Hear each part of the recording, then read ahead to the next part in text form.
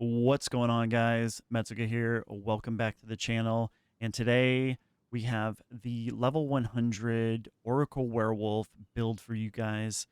This is probably going to be the final build update. It is better than ever. It's got extremely high DPS. It is extremely tanky and has a ton of regen. So I've made a ton of changes to the build. So let's just get into it and go right into it. Now, I have two variations of the build. One is my normal build with Cross Slash, and the other is with Furious Slam. So I use the Furious Slam in place of Cross Slash with Magnified Area, Bramble Slam, Fist of War, and Rapid Attacks, as well as one other skill. I forget what it is.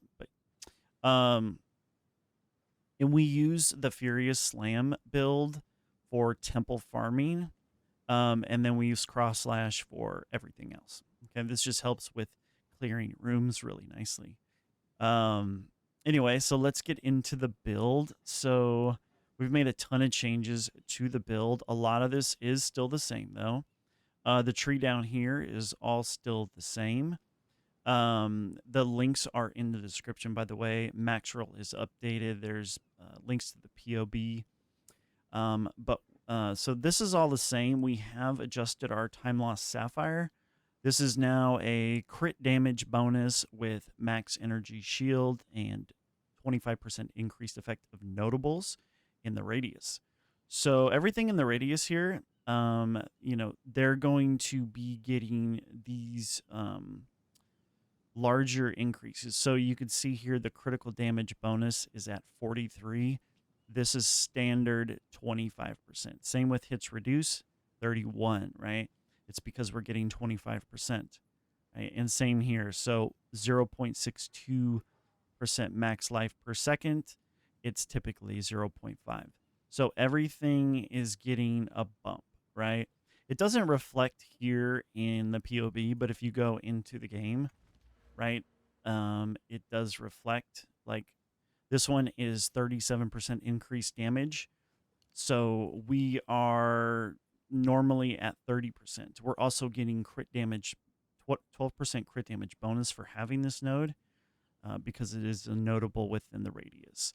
I found that this location is the best location for the Time Loss Jewel, as we have a lot allocated here, but we also have like things like empowered attacks. They usually deal 20%. Now they're dealing 25%. It's usually a 10% chance to explode. Now it's 12% with added crit damage. So all these nodes that we have, they're all being amplified massively. So it's actually fantastic. Even our energy shield's getting a boost, and our armor as well. So this is one of the big changes to the build. And we have got all these empowered attacks here. So since all of our attacks are always empowered, let's see. So up here we have a Heart of the Well Diamond. Now this is a damage Heart of the Well Diamond with 2 gain damage as extra damage plus crit chance and recover 2% max life on kill. We're using that way we can go ahead and spec into some accuracy instead of using cannibalism. So I've found that when you're going against monsters that say or modifiers that say monsters are evasive, the extra accuracy definitely seems to help a bit with hitting them. Let's pull up the POB. Okay, so that is the Heart of the Well Diamond that we have up there. We have specced back into these 4 nodes here for some nice DPS here.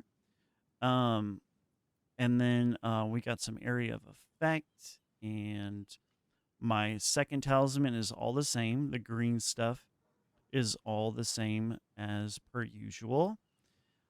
We did spec into Sigil of Lightning 1-2. It's a pretty big damage boost for these 2 nodes. Since my talisman I have a new crafted talisman. It has base T1 lightning damage on it. Um, I'm really noticing that uh, things are being shocked very, very consistently. So it was really easy for me to take this node because of that. We've also spec'd into 1, 2, 3, 4, and 5. This is giving me area damage and area of effect as well. Now we do stun quite often. It's not that noticeable because things are dying so fast, but we do stun, so we are benefiting from the additional 12% increased area of effect if we've stunned an enemy recently. So these are some really good nodes. Now, one thing I want to mention is a lot of chatter in my live streams is talking about Tribal Fury. And there's a lot of people saying, is it good or it is good? And it's a damage multiplier. Now, my take on Tribal Fury is in this wolf build, in my wolf build specifically, this is not going to be better than Area of Effect. Area of Effect is going to be much better, and I'm going to explain why. Um, so the splash damage only happens with your melee attacks, not with all of your attacks. And it's going to splash, which is okay, but it's unnecessary because your area of effect is going to affect everything. It's going to affect how far your moonbeams can reach out. It's going to affect your Herald of Ice and all your big armor explosions, your big screen-wide explosions. Those are going to reach further and further, and unfortunately, Herald of Ice does not affect Herald of Ice at all. So we are opting out of this. Plus, it takes 6 nodes to get down here. This only takes 5. I'm getting a ton of area attack damage. Plus, I'm getting 24% area of effect here instead of the 18 that I would get here. And I'm also getting this area of effect here, which is more than enough. So, unfortunately, this just isn't good enough to make the cut because it only affects strike and it only does splash and it doesn't amplify the whole build in general as an AoE build. And then let's see. The major change that we made was we no longer have a from nothing diamond. We now have a Megalomaniac diamond, and this allocates Stormbreaker and Exploit. So this freed up some points and some nodes for me. So um, this does 20% increased damage for each type of elemental ailment on the enemy. We are hitting them with all elements, especially because of the Headhunter. So everything is always shocked, chilled, frozen, ignited, you name it. It's being applied all the time. So this is a massive damage boost. And then we also are allocating exploit. It's 25 increased damage with hits against enemies affected by elemental ailments. This build is all about elemental ailments, so they are always receiving that buff. And then it increases the duration of Ignite, Shock, and Chill. Now, what this does is it almost acts like an anoint, but it gives you like 2 anoints, right? And then it's just placed in this one socket and you don't have to use points anywhere. So this is basically freed up like 4 of my points. So I had a from nothing diamond and a whole bunch of stuff allocated. I was able to unallocate, slap this in here, anoint heavy frost because it is the best anoint, and that freed up a bunch of nodes. So I was able to actually take these damage nodes here alongside some other things. So that is definitely the best route you can take over a from nothing diamond is going into a Megalomaniac. There are several combinations. This is not the one that I would want. Like, there are better ones, and this is only 2. These Megalomaniacs can have 3 different allocates, so there are a million combinations.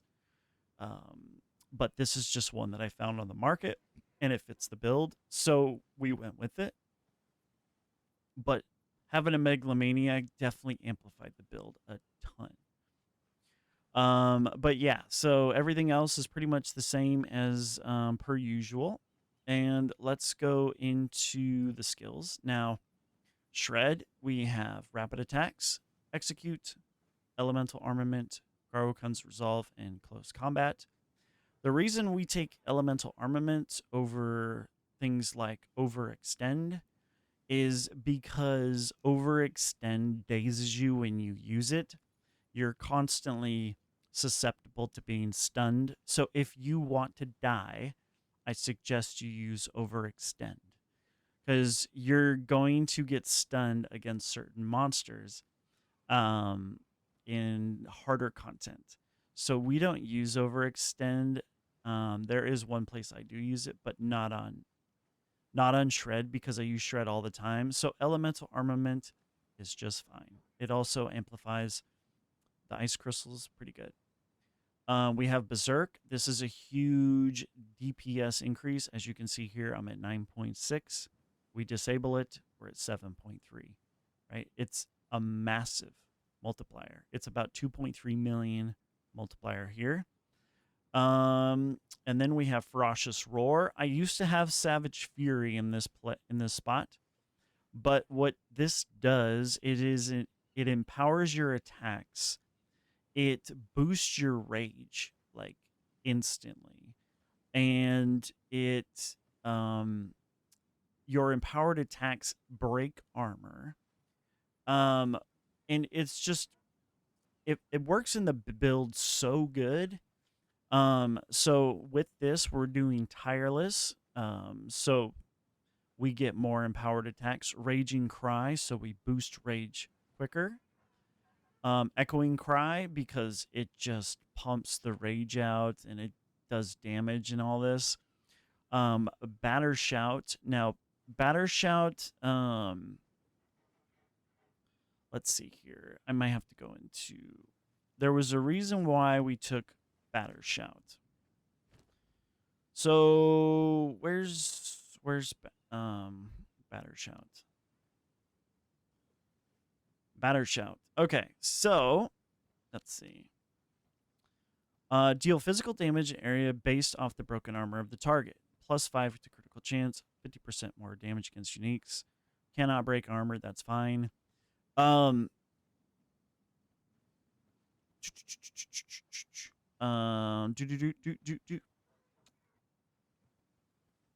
Yes. Oh, so here it is. So it consumes. So it can't break armor itself, but we're always breaking armor.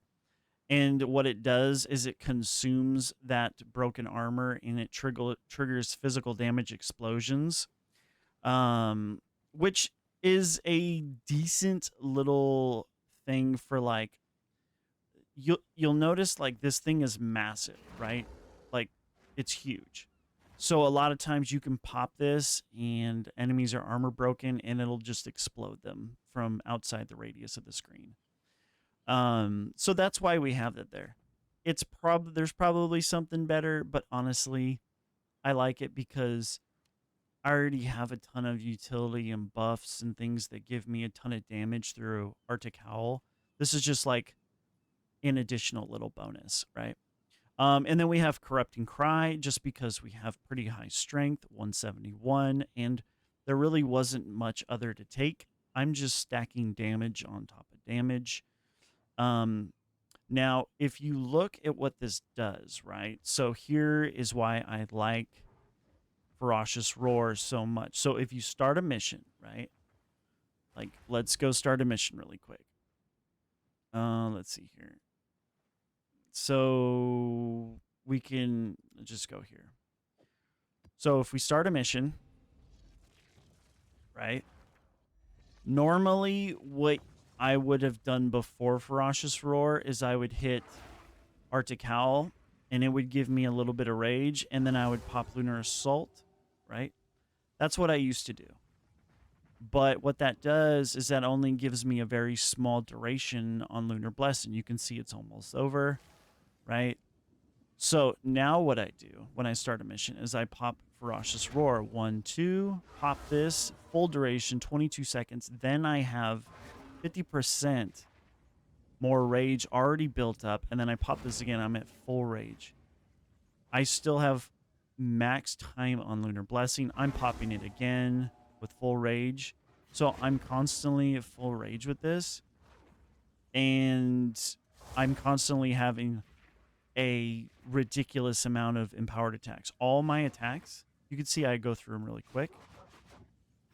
But we get them back like so quickly. So you are also rotating that with Arctic Howl, which is also generating empowered attacks.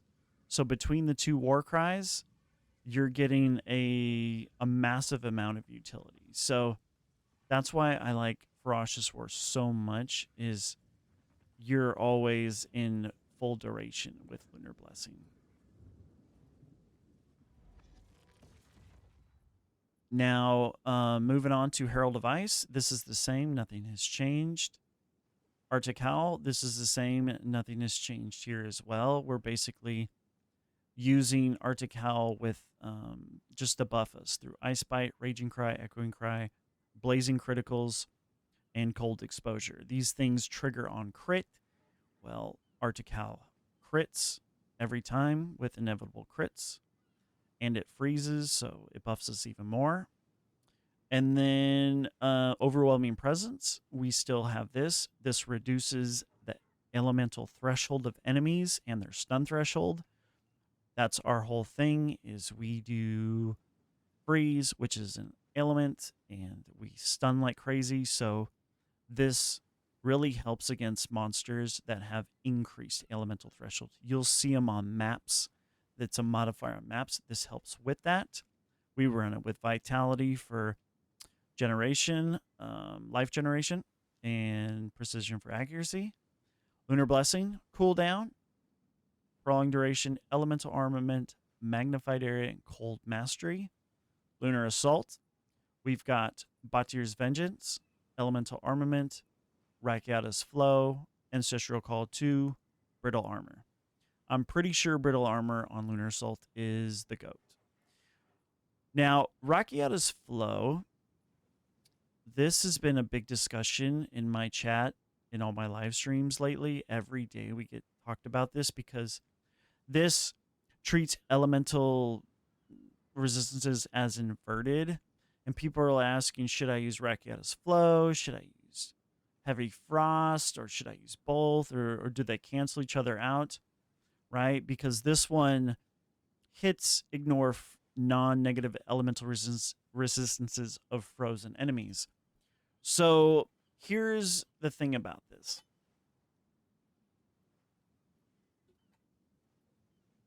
They certainly don't cancel each other out. They just work differently. Okay? So first of all, Heavy Frost, it works on all your abilities. And when an enemy is frozen, you are ignoring their elemental resistances. That is how Heavy Frost works. Rakiata's Flow works differently. Rakiata's Flow treats enemy elemental resistances as inverted with the hit. So here's using it on Lunar Assault, right? Before the enemy is frozen, you're going to hit the enemy, and that hit is going to hit as if there are no resistances. So before the freeze happens, Rakiata's Flow takes place. Then once the freeze happens, that's when Heavy Frost goes into play. Lunar Assault is basically it just applies the freeze, right? So this just helps cut through the resistance and apply the freeze. And then Heavy Frost takes over, and all your other skills take over and take full advantage of Heavy Frost. That's why I run them both, is because that way I'm able to cut through the resistance with my hit, get them frozen, and then Heavy Frost does all the work from there. Moving on to Pounce, we have Cooldown. I love pouncing all the time. This is great. Holy Descent. This gives me regen. Fist of War gives me big boom. Magnified Area, big wide boom, and then Freezing Mark. This is fantastic. Jump on them, jump on an enemy with Freezing Mark, marks them, and then they will become frozen very easily, very quickly, and then you will get 30% cold damage buff once the mark is consumed. This is amazing. And then Cross Slash, we have Execute, Rage Forged, Biting Frost, Overextend, and Concentrated Area. The reason why we use Overextend on Cross Slash and only Cross Slash is because when we use Cross Slash, we use it on something very juicy, very big enemy like a boss, right? And usually when we use it, that enemy dies and we are no longer in danger. So it doesn't matter. We're taking the critical damage bonus and moving about our way. And there's no, susceptible to being stunned or whatnot. Those are the skills. And now we're going into the items here. Not quite sure why this page looks like this. But we will just move into the game here. So starting with the talisman, this is my talisman. So I crafted this. It is a T1 lightning, T1 flat fizz, T2% fizz, plus 5 levels to all attacks. 25% chance to gain onslaught and attack speed. The attack speed, I would much rather it be crit damage or crit chance. Those would be the better modifiers to have right there. It rolled attack speed, so we are stuck with that until we Omen of Light and get something different.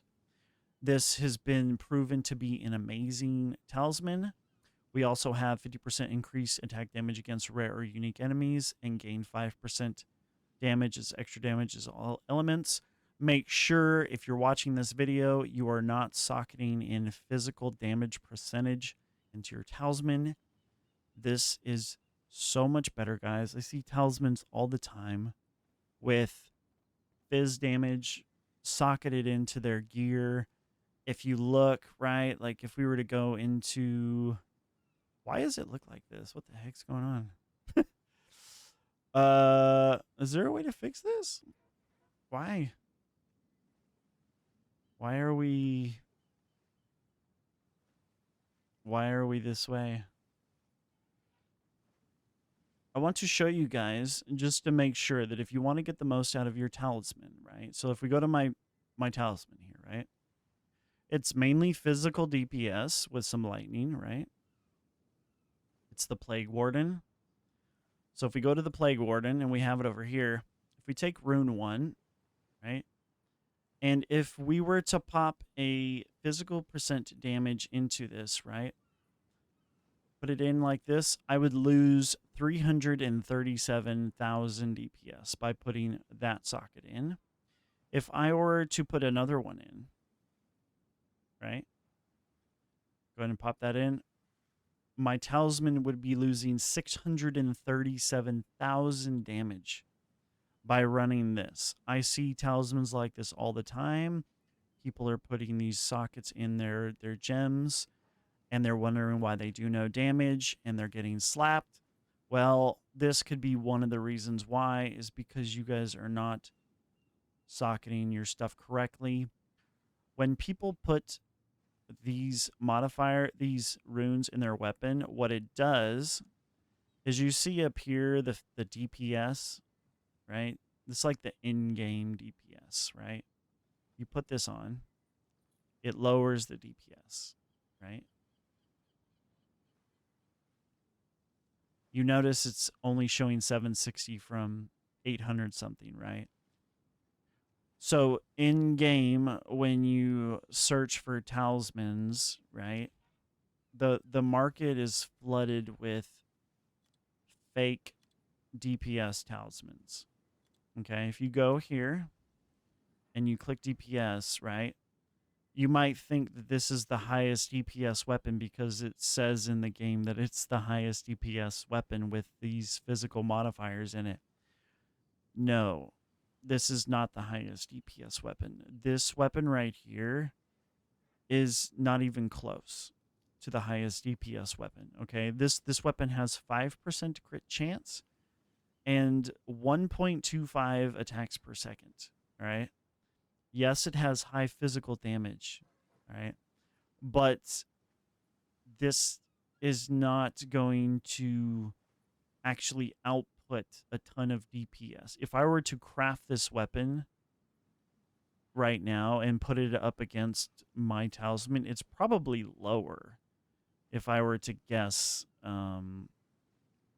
Like, I mean, it's just not good. Okay, guys, like, um, can we even craft right now? Like, what is going on here? So, like, if we were to craft this talisman, like, let's go to talisman and go to a jade, and we create it with 2 sockets, 23% quality, and we put the 18% physical damage in there, like the dude has.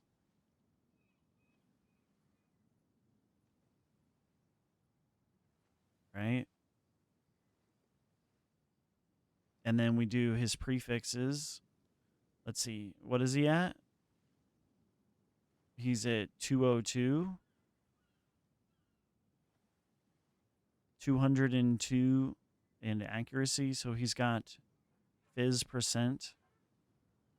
Let's say that this is, we'll put it at what, 160 for right now. This is a 4894 flat fizz. Where's the flat fizz? Oh, right here. So 4844. Let's just get close. 4894. Sorry, what am I saying? 48. Let's just do 5187. Let's just get close, right? Doesn't have to be perfect. And then it's fizz percent in accuracy. And let's see. So it's like a 202 DPS weapon. So let's bring it down to like 202 here as well. And then this one has +5. And it has 14% attack speed. All right. So if we give it plus 14% attack speed here, right? And we give it the +5 to all attacks. Let's go ahead and do that. Right? Let's add that. And then we look at the DPS. So if I were to equip this weapon, if I were to equip this 1000 DPS weapon over my weapon, which is 760, right? This one is 1013. I would lose 2.69 million DPS by equipping this jade. So you could also, this number will go up slightly because of onslaught, right? You could say like you're gonna get 20% more attack speed with onslaught, so like 34, right? Like you could pump this number up infinitely, right? Like this is 28, giving it 4 more attack speed, or what is it? 14 plus 20, yeah, 34. 6 more attack speed is not going to do anything. You notice that the fluctuation is not big enough to even calculate with onslaught. It's not going to do anything, right? So you could like, we could add this to the build, right? And I could try to equip it, this jade. My DPS would go down to 7 mil. That is with onslaught, right? You can see that onslaught does something, but I would lose huge.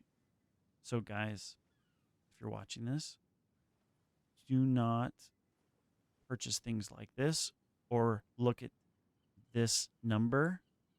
Is not an accurate description of how good a talisman is. Okay, this talisman right here is absolutely dog shit.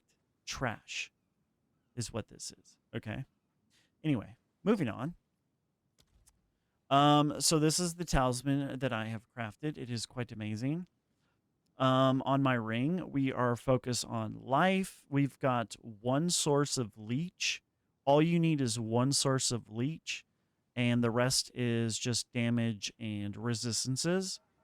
The other ring is a triple damage, flat damage, with strength to equip stuff and res.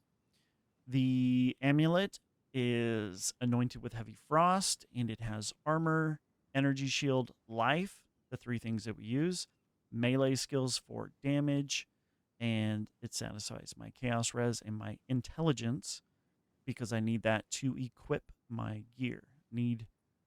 My gear does require levels of intelligence, and so does things like Lunar Blessing. This requires 86 int, 86 strength, right? So we need those stats. We are rocking a head hunter as well, twice corrupted. And we have a grand regalia, which we hit 4% additional physical damage reduction, which I did twice corrupt myself. We are rocking a Tech Rod's Gaze for life regen. We are using this to reduce the effect of curses that are on me. And just some standard armor energy shield nodes here. Then we just have some boots that are satisfying resistances, and they are armor energy shield with movement speed. With this chaos res socketed in just to make sure we are capped on our chaos res. As you can see, we are capped just slightly over the res caps. And then over here to the helm, this is basically armor energy shield with the most important stats down here is a percent of your armor is also applied to elemental damage types. This does not give you elemental damage. This gives you more damage reduction to elemental types. It also gives you more damage reduction to chaos damage. Okay. In the socket, you can socket this, or you can socket area of effect. Either one is quite nice. I use both. In the gloves, we've got armor energy shield. We've got flat damage. Fire damage is going to be your best bet for this build, believe it or not. The flat fire damage in this build is fantastic. You wouldn't think so because it's a cold build, but it does scale very well in the build. +2 to melee skills and resistances. We are also socketed with a magnitude. This is 30% increased magnitude of non-damaging elements, which would be things like chill, freeze, shock, and electrocute. So we don't do electrocute, I'm pretty sure, unless the headhunter does. So if we pull up the POB and we look at our gloves are the ancient cuffs, right? The ancient cuffs. Now, we used to have attack speed, right? Where are they at? Attack speed. Surely there is attack speed somewhere. Right here. So the attack speed is at 290 DPS. You can see that this will lower my full DPS by about 167,000. So the reason why that it's magnifying the damage so high is because we are shocking. So it is making the magnitude of shock larger, making the amount of damage we do to a shocked enemy better. That is why we have this in here, because it overall gives us more damage than attack speed. Okay. So that's pretty much the gear. Yeah, that's pretty much it. And then over here, as you can see that we are at 367 life per second when we are stationary. When we are in Pounce, our consecrated ground, we're at 619. So We use blood magic. We do not use mana, but as you can see, the sustain from my life regeneration is amazing, right? So Lunar Assault, it's absolutely amazing, okay? Now if we go down here, you can see that most people, when they use armor, I don't think they go into these stats. These two stats are vital. You need to have at least one of these and one of these on your gear somewhere, okay? And a lot of people think the wolf is squishy, and they're probably capping their resistances, but they probably have nothing in elemental armor into elemental damage, or very little. You can get some from the tree, right? There are certain nodes that you get it from the tree, like this one is 15%, and there is 30 here. It's not enough to get just those. You want to make sure it's on your armor somewhere. Okay? Why is that? It's because on top of your elemental your resistances here, the armor that you are getting that is being converted to elemental damage, this is additional damage reduction to these elemental types. As you can see, estimated elemental damage reduction against hits based on the armor, I'm at 75%, right? Like if we go here and we take this off, you can see that it is quite low, right? Like 58%. So we went from 75% damage reduction from elements to 58. We also have chaos damage reduction against hits because of this modifier on the helm. If we take this off, we get nothing. So we only take the chaos resistance damage reduction. We don't actually get additional damage reduction from hits from our armor. So if you're running an armor-based build, you need to make sure that you have those stats on. This will make you tanky, okay? And I believe that is pretty much all that we have for the build. The second talisman does not matter. You don't need something crazy. Like this is some 5. I have 5 modifiers on this with like what is in it? Life leech. Like this thing does not matter because it is simply there for your Arctic Howl and your Ferocious Roar. It's just simply it's just there to buff you and to empower your attacks. Okay, that's why this is here. You could, like, I could just stick a big fat juicy talisman in here, and I probably would get a damage boost overall. Like, I'm sure there are some decent options. I just haven't really dived into it yet. But yeah, guys, the build is absolutely broken. It's insanely good. Like, there's pretty much no content in the game that you really have to worry about dying. Um, I mean, like, th- this it's just crazy. Like, if we take, I don't know if I have like a T16 or an 8 mod or something. We've got T16s. Let's see. We got do we have any like 8 mod maps? You know, like this one. This one's 8 mod. Yeah. So if we take like this T15 8 mod, right, and we grab like some tablets, right, we can juice it. So let's see. We can do Abyss. We could do um you know, we could do add +1 to the map, and we could add more abyss, right? We could do more abysses, abyssal modifiers. Let's see. This one gives them more effectiveness, more health, right? Um double abyss. We could add delirium to it. You know, like it's like nothing is really going to stop this build, right? Like let's just do this for example. And we could just run any map, deadly map boss, right? Like right here.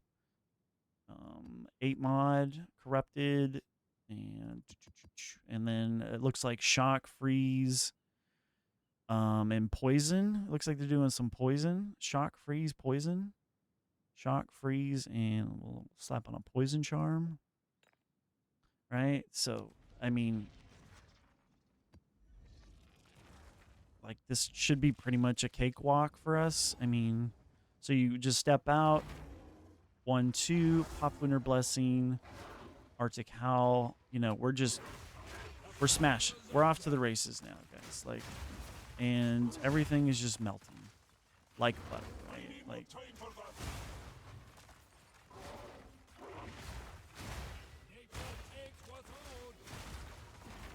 and we are pretty much uptime Lunar Blessing 100%. You can grab that breach while we're here. You know.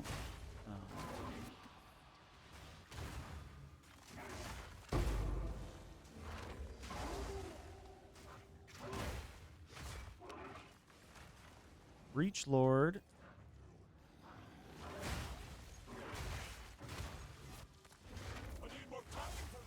I need more time.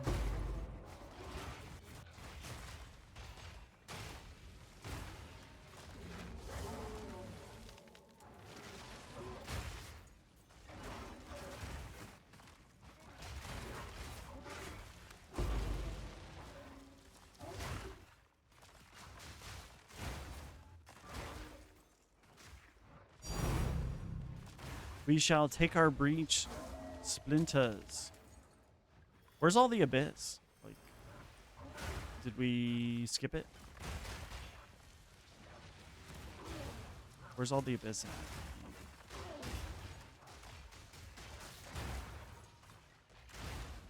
I mean, you can see just like everything is just melterinos, right? Like big time. Oh, we got abyss in the boss fight. Okay. Where's the other boss? Wait, did we kill him? Wait, I didn't even see the other one. There was 2 of them.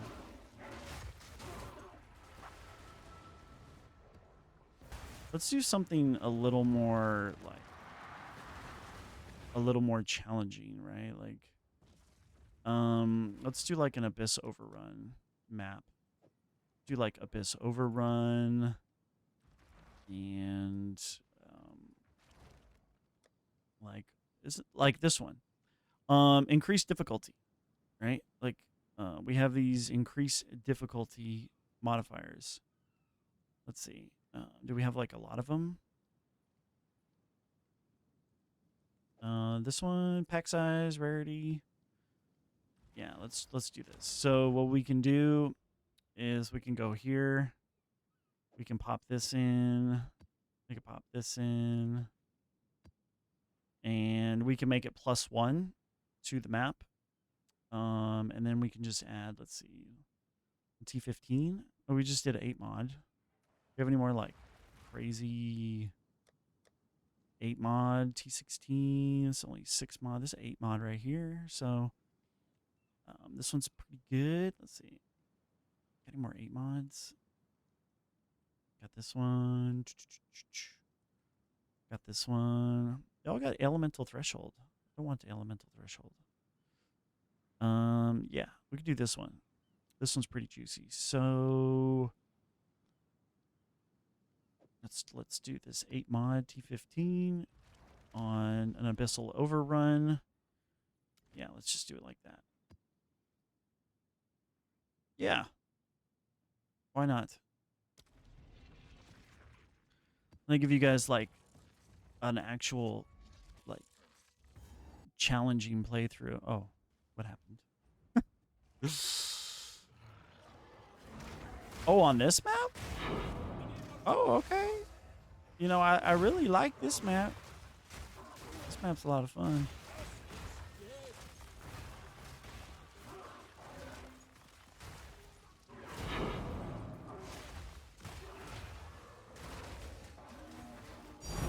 As soon as we start killing, like, we start killing rares, like, our power level goes through the roof.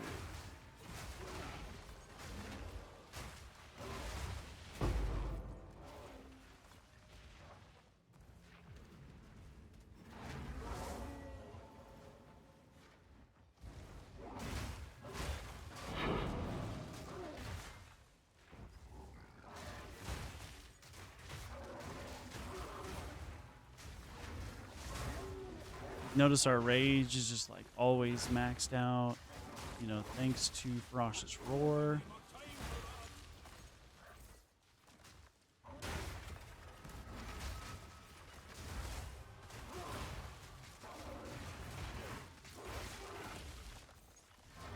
Our energy shield is not moving.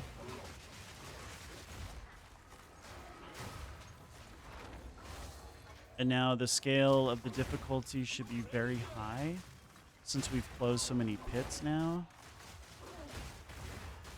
Right? So we want to make sure that we're not standing in the middle of the mines, the Abyss Monster mines. There are the green circles. They will kill you. I don't care how tanky you are. They will clap your cheeks.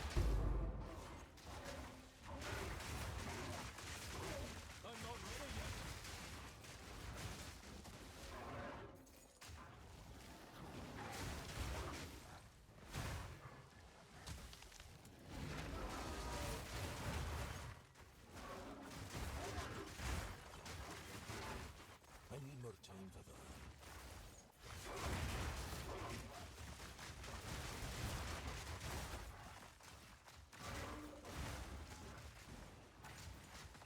Rumbling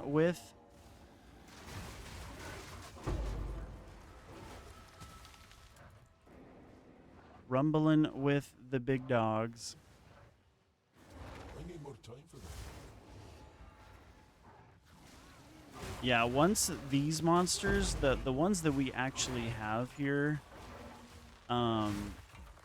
they are actually quite strong.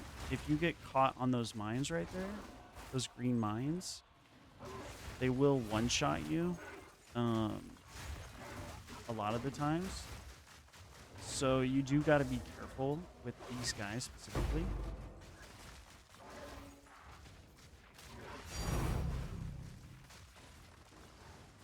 So we are not just like going in there like a dumbass. We are trying to play it smart, just because if there's anything that'll kill me, it's crazy ass boosted Abyss monsters.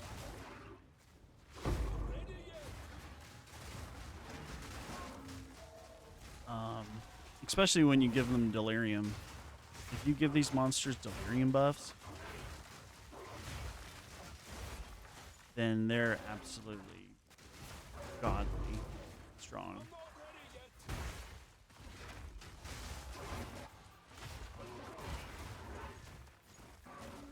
But you do want to make sure you're keeping your Arctic Howl up. So there is some management with the warcries. The Arctic Howl buff is absolutely insane. It's huge. So definitely make sure that you are keeping it up.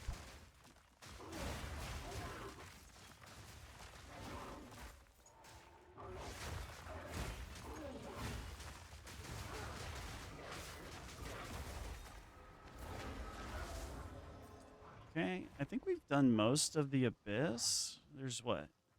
One more maybe? But you usually want to pounce on them first. And apply the freezing mark. That will help you freeze them. It will give you a big damage multiplier. And yeah, it looks like we're not getting much out of the boxes. But let's go check out the boss. I don't know if there's any Abyss with the boss, but let's rebuff just because I think he's a fast one. 1 lunar assault. We didn't even get the cross section, but anyway, guys, that is the build. It is absolutely godly. This is the most amazing wolf build you will ever play. It is high DPS, high tankiness. You will love it if you build this build. But if you do, build it almost exactly the way I have it built. If you try to make your own modifications to it, you may start struggling. Although, if you know what you're doing, I'm sure you could push the build even further. But anyway, guys, I'm out of here. Have a good one. Peace.